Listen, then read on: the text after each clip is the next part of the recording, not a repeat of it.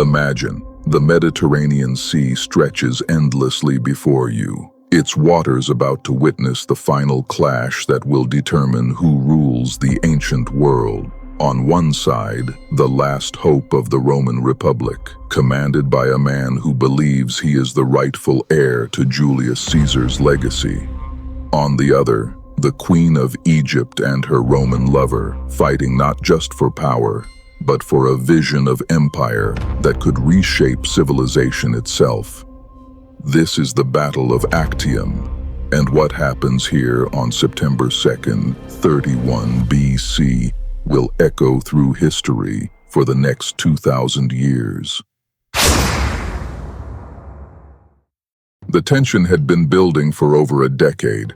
After Caesar's assassination in 44 BC, the Roman world had been carved up between three powerful men. The second triumvirate seemed like a solution to end the chaos, but power shared is power coveted. Mark Antony controlled the wealthy eastern provinces, Octavian held the west, and Lepidus was gradually being squeezed out of relevance. For years, this uneasy alliance held together through political marriages and carefully worded treaties. But underneath the diplomatic facade, two titans were preparing for an inevitable collision. Mark Antony was everything a Roman general was supposed to be. Charismatic, brave, and fiercely loyal to his soldiers, he had been Caesar's most trusted lieutenant and expected to inherit his mantle. But Antony had made what many Romans saw as a fatal mistake. He had fallen completely under the spell of Cleopatra VII, the brilliant and seductive pharaoh of Egypt. To his enemies, this wasn't just a love affair, it was treason. Here was a Roman general who had abandoned Roman values, Roman wives, and Roman interests for an Eastern queen who represented everything the Republic had traditionally opposed. Cleopatra herself was far more than the exotic seductress of popular imagination. She was the last of the Ptolemaic dynasty that had ruled Egypt for 3 centuries since Alexander the Great's conquest. Educated, multilingual, and politically shrewd, she had already saved her throne once through her relationship with Julius Caesar. Now, with Caesar dead, she needed a new Roman protector, and Antony was perfect for her ambitions. Together, they dreamed of creating a new kind of empire, one that blended Roman military might with Egyptian wealth and Eastern mysticism.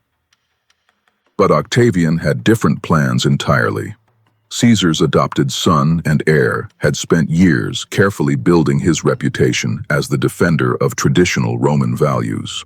Where Antony was passionate and impulsive, Octavian was calculating and patient. He understood that Romans were tired of civil war and yearned for stability.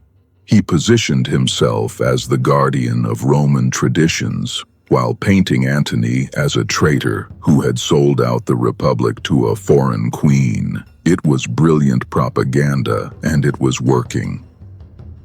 The final break came when Antony divorced his Roman wife, Octavian's sister Octavia, to marry Cleopatra in an Egyptian ceremony. Octavian had the excuse he needed. He declared war, but cleverly, he didn't declare war on Antony. Instead, he declared war on Cleopatra alone, framing the conflict as Rome versus Egypt, civilization versus barbarism, West versus East. It was a masterstroke that allowed many Romans who might have supported Antony to abandon him without feeling like traitors to a fellow citizen. By 32 BC, both sides were mobilizing for what everyone knew would be the final confrontation. Antony and Cleopatra gathered their forces in Greece, assembling one of the most impressive fleets the ancient world had ever seen. Over 500 warships filled the harbors, many of them massive Egyptian vessels that dwarfed typical Roman galleys. These weren't just ships of war, they were floating palaces, symbols of the wealth and power of the East. The crews were experienced sailors from Egypt, Phoenicia, and the Greek islands. Supporting this naval armada was a land army of over 100,000 soldiers drawn from across the eastern Mediterranean. But Octavian had advantages of his own. His fleet, commanded by his brilliant admiral Marcus Agrippa, was smaller but more maneuverable. Where Antony's ships were built for intimidation and carrying capacity, Octavian's were built for speed and ramming. His crews were battle-tested veterans who had proven themselves in previous campaigns. Most importantly, Octavian controlled Rome itself and could claim to fight for the Republic and its ancient values.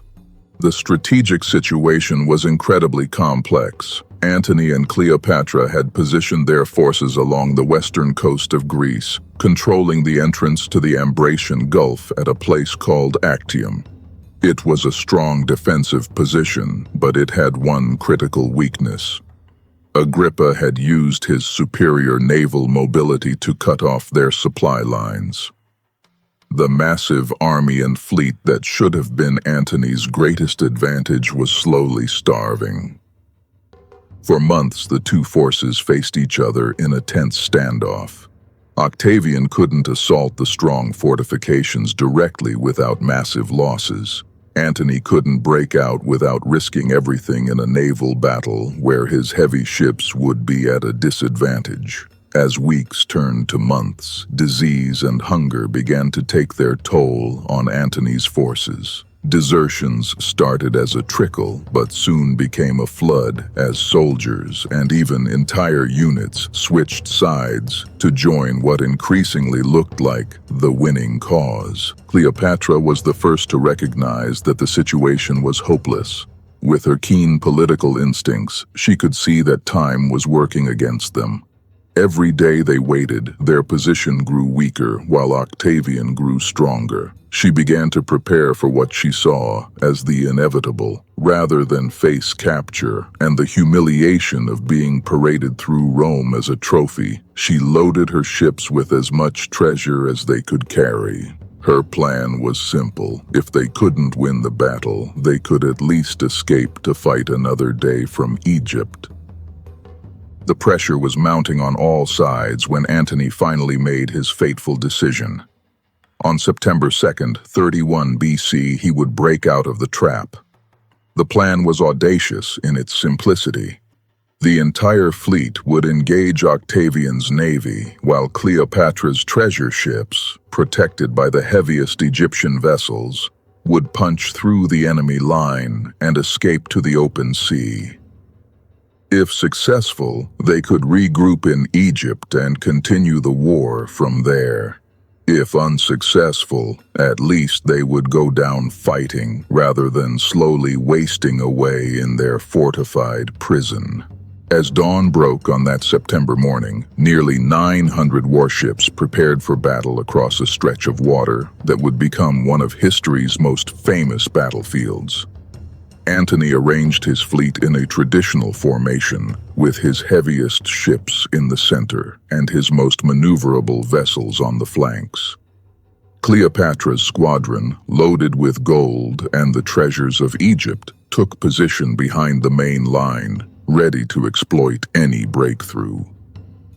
Agrippa had studied his enemies carefully. He knew that Antony's ships were larger and more heavily built, but they were also slower and less maneuverable.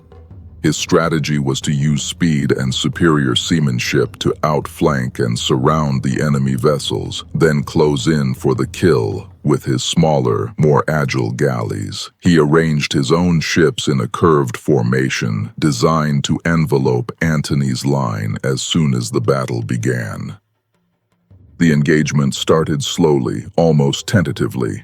Neither commander wanted to commit fully until they could see how the battle would develop. Antony's massive ships moved forward like floating fortresses, their towers bristling with archers and siege engines. But Agrippa's captains skillfully avoided direct confrontations, instead using their superior speed to dart in, ram an enemy vessel, and retreat before the heavier ships could respond. For hours, the battle raged across the waters off Actium. Individual ship duels developed as captains tried to gain advantage through superior positioning and timing.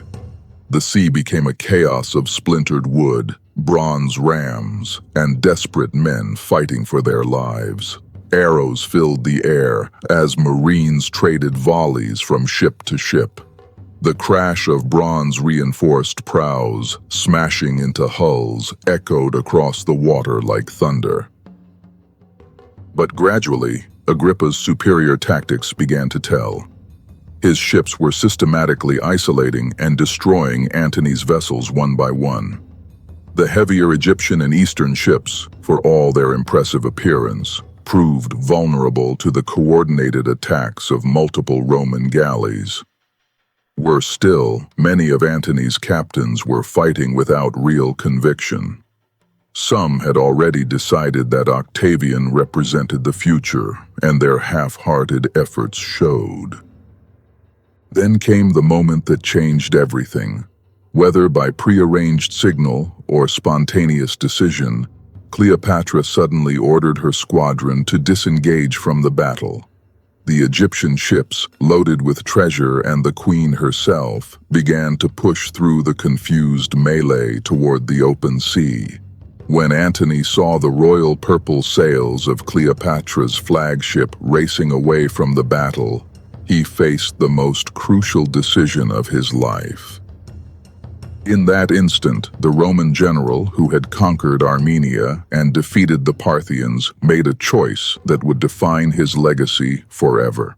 Abandoning his flagship and his men, he transferred to a smaller vessel and raced after Cleopatra. Whether driven by love, political calculation, or simple desperation, his flight from the battle was the moment his cause died. The psychological impact on both fleets was immediate and catastrophic. Antony's remaining ships, seeing their commander flee, began to lose heart.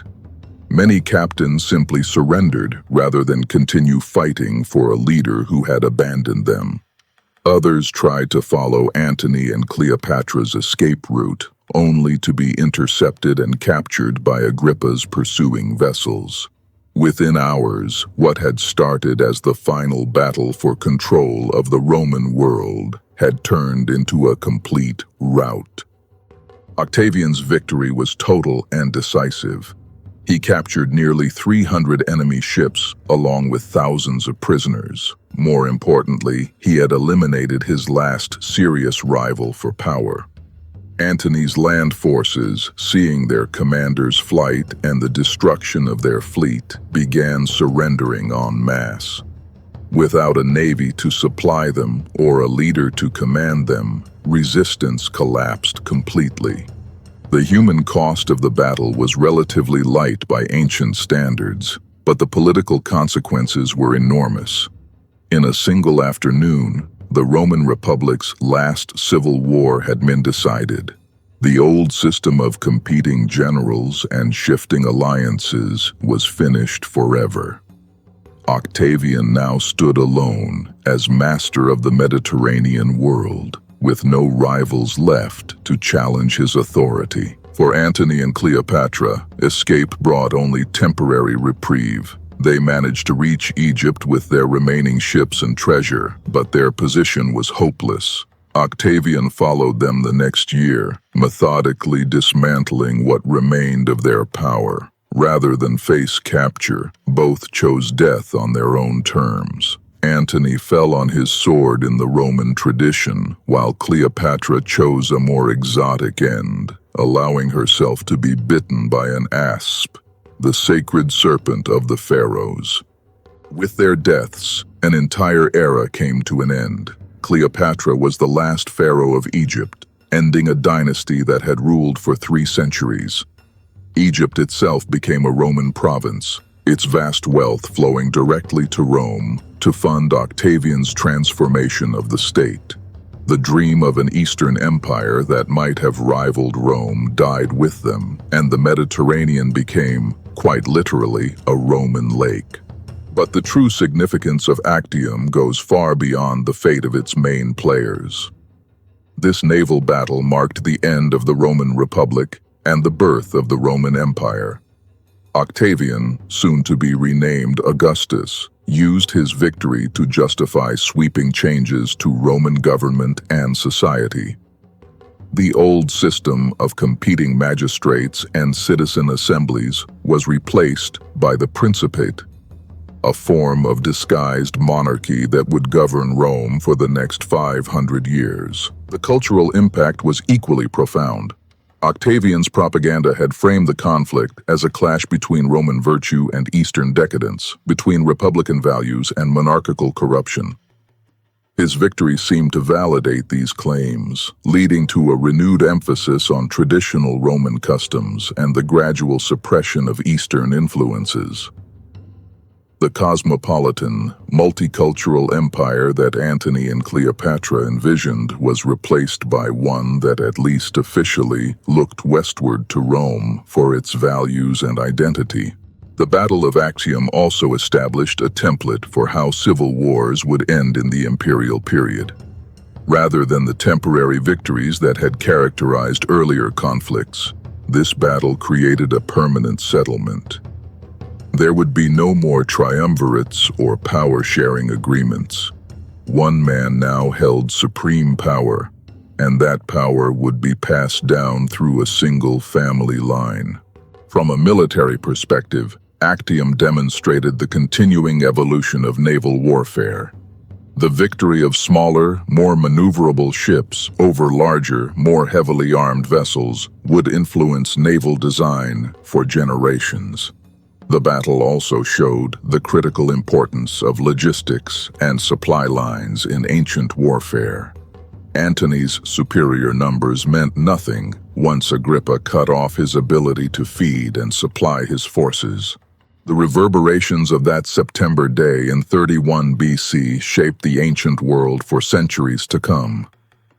Augustus's new imperial system brought unprecedented peace and prosperity to the Mediterranean basin. The Pax Romana that followed allowed Roman law, language, and culture to spread throughout the known world, creating a unified civilization that would outlast the empire itself. Christianity spread through this Roman-created world, using the roads, ports, and common language that imperial unity provided. The legal and administrative systems that Augustus built on the foundation of his Actium victory would influence European governance for over a millennium after Rome's fall. Even the calendar we use today reflects changes that Augustus made to commemorate his victories. Yet we can't help but wonder what might have been if the battle had gone differently. An Antony-Cleopatra victory might have created a very different kind of empire, one more open to Eastern ideas and less rigidly hierarchical. The fusion of Roman military organization with Egyptian wealth and Hellenistic culture could have produced a civilization unlike anything history has seen. Instead, Actium ensured that the Roman model would dominate. The battle didn't just determine who would rule the Mediterranean world. It determined what kind of ruler they would be and what values that rule would embody. In the span of a single afternoon, the future of Western civilization was decided by the clash of bronze rams and the courage of ordinary sailors fighting for causes they might not have fully understood. The waves that lapped the shores near Actium that evening washed over the wreckage of more than just ships and men. They carried away the dreams of the last pharaoh, the ambitions of Caesar's lieutenant, and the dying gasps of the Roman Republic itself. In their place rose something new and unprecedented, an empire that would dominate the known world for centuries, and leave its mark on human civilization forever. That's the true legacy of Actium. It wasn't just a naval battle or even just the end of a civil war. It was the moment when the ancient world chose its path forward, selecting order over chaos, unity over division, and the Roman way over all alternatives. The decision made in those violent waters off the Greek coast would echo through the corridors of history, shaping the world we live in today. If you found this journey into the heart of Roman power compelling, be sure to like this video and subscribe for more deep dives into the battles that defined our world. And let us know in the comments, was Antony's flight an act of love or a catastrophic military blunder? We'd love to hear your verdict.